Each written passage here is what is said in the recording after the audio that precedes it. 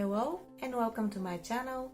My name is Daniela, I make sewing and DIY videos, and today I'm going to be making another sewing repairs video.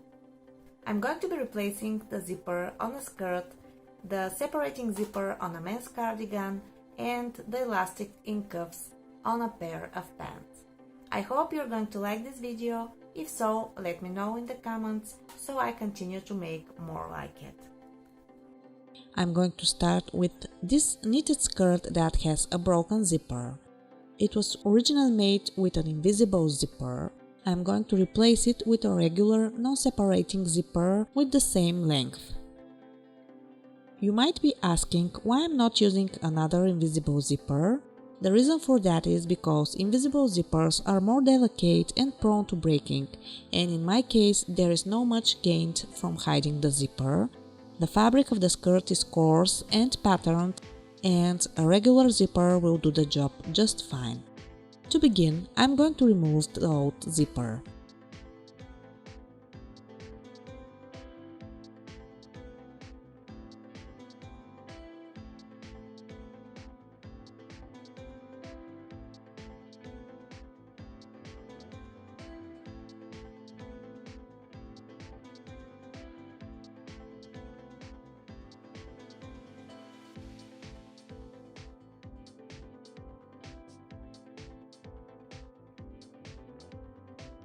Then I open the zipper and pin one side to the skirt, aligning at the seam allowance and at the top stopper on the edge.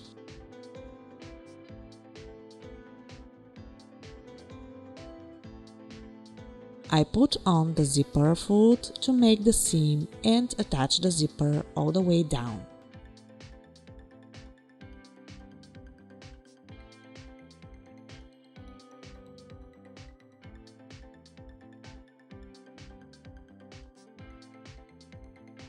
I turn the skirt with the face side up and close the zipper. I start pinning to the face side because I want the sides to align nicely. This is not exactly how I would sew a zipper on a woven, non-stretching fabrics. I have other videos on that, but in this case the fabric is very stretchy and can easily be pulled and twisted in odd shapes when sewn on the other side, so I pin it to the face side to see how it is going to look when finished.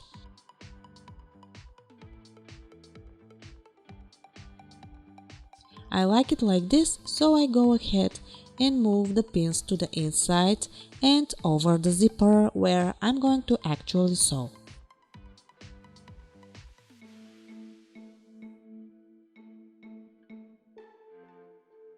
I move the zipper foot to the left side and sew the zipper all the way down as I did with the other side.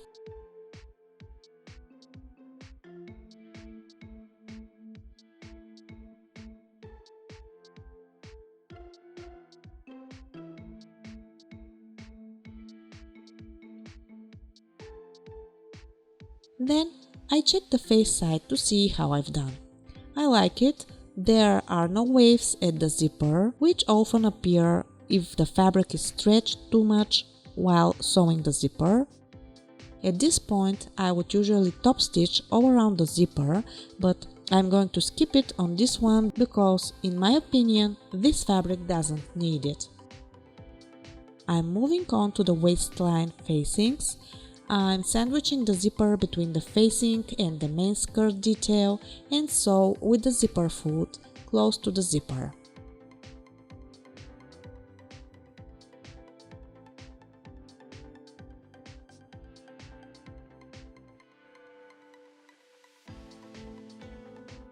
I flip the face side out, and this is how it looks when finished. I'm going to repeat with the other side. This is the skirt with the zipper replaced. A steam iron press will make it look even better. I'm pretty happy with the result, so I move on to the other garment. Here I have a knit cardigan with a center front zipper that needs to be replaced. I have a couple of videos on zipper replacement and fixes that you might check out, but this one is a bit different, so I'm showing how I did it as well.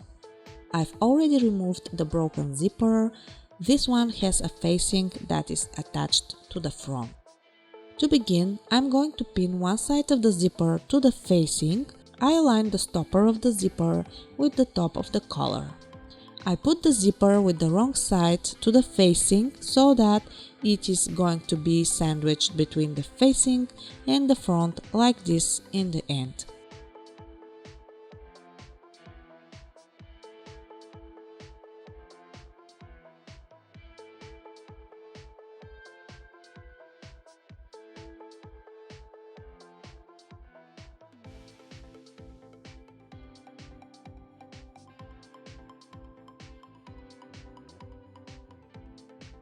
I'm going to use the zipper foot to sew the facing to the zipper.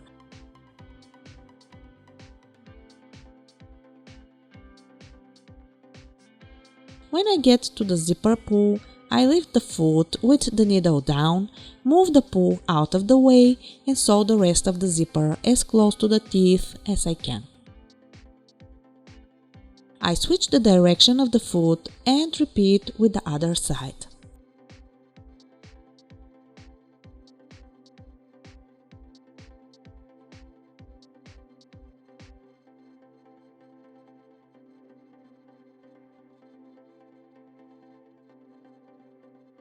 Now I need to sew the front to the zipper.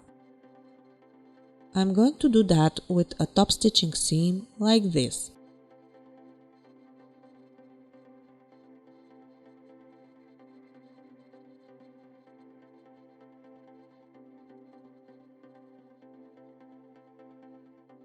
To sew the left side, I need the lines at the collar and the waistline to match with the right side. To do that, I close the zipper and pin so that the lines match.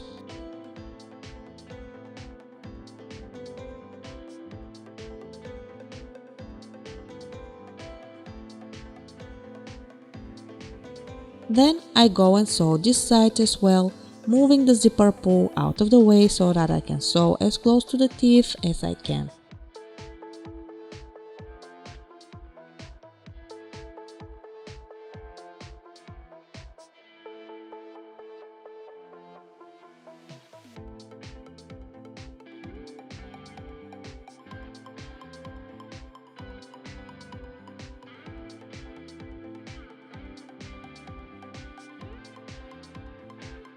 This is the last repair in this video. I am going to be replacing the elastic in the cuffs on a pair of pants. Usually, when you need to replace elastic, it's because it has gone bad and stretched. In this case, the elastic is too tight and uncomfortable at the ankles, so I'm going to use longer pieces. I've already detached the cuffs and removed the old elastic. At this point, it looks like this. Very often, cuffs are sewn in a circle like this. These were not, so as I often do, I will follow the technique that was originally used. First, I'm going to measure how much elastic I need. I would cut it just a bit shorter than the leg opening, in this case approximately 1 inch or 2.5 centimeters shorter than the cuff. Keep in mind that it will get even shorter due to the seam allowance.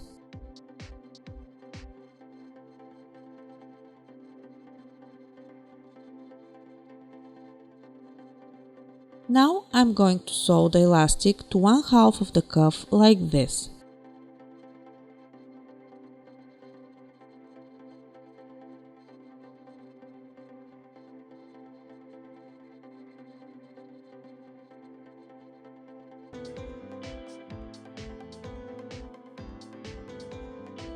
And then finish the cuff by joining both sides together.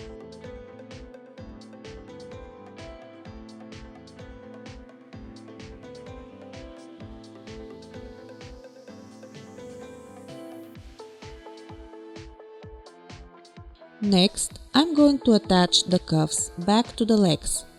I put the leg and the cuff face sides together. I align the cuff seam with the inseam of the leg and pin.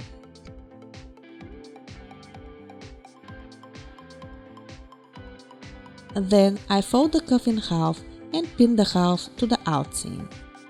I sew the cuff and the leg together, pulling the cuff as I go just enough to stretch and match the leg circumference. This is how I'm going to get an even gathering. I'm using the serger for this, but you can use a straight stitch too.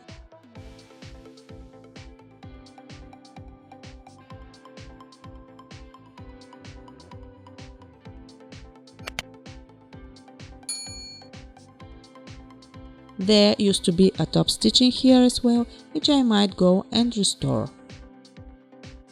And that's all from me for today. I hope you like this type of videos. If so, give it a like and let me know in the comments so I can make more like it. If you use any of my tutorials to fix or make something on your own, tag me on Instagram at Sewing for a Living so I can see it and love it. Thank you so much for watching, and I'll see you in the next one. Bye!